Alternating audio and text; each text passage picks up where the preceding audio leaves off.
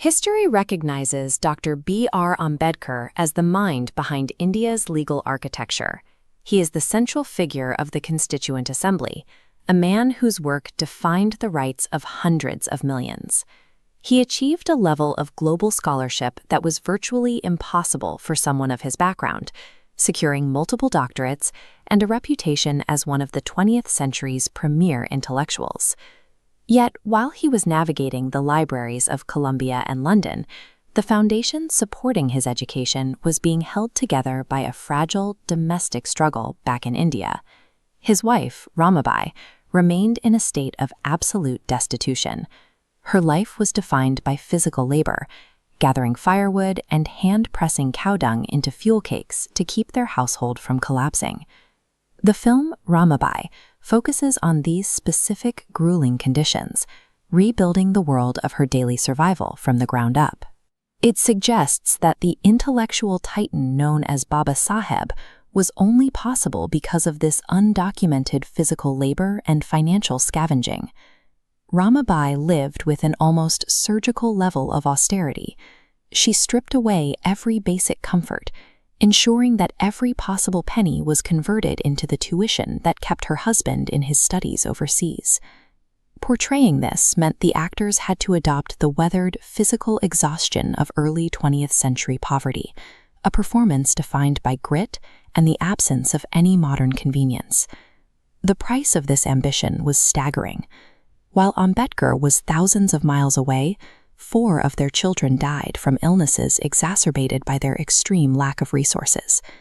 The depth of her poverty reached a final, unbearable point when she found herself unable to afford even a simple shroud for her child's burial. With no other resources available, she tore a piece of her own worn sari to provide a final covering for her baby. Despite these losses, she maintained a deliberate silence in her correspondence, choosing to carry the weight of this grief alone rather than disrupting her husband's concentration. Her sacrifice was the active, silent endurance of the deepest possible human tragedies to protect what she saw as a national necessity.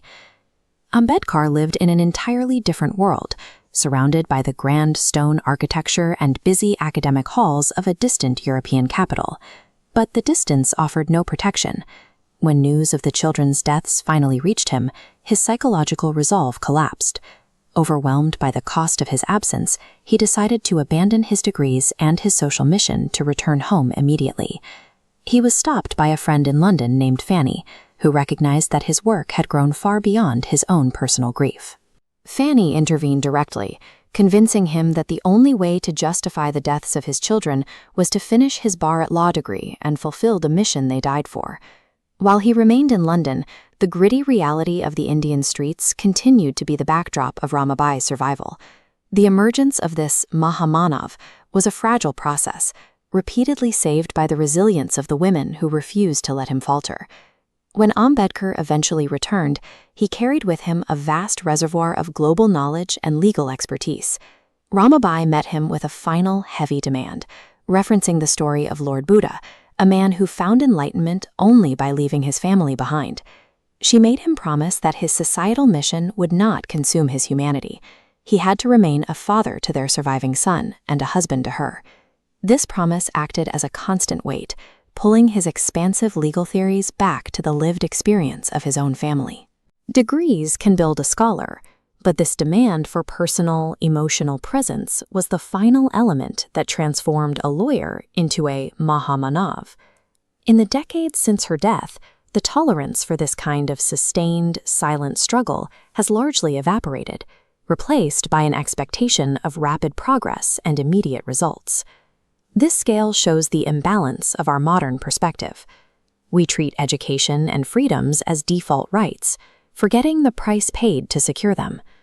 Rights purchased with torn saris and the deaths of 4 children are inherited by those who never saw the bill.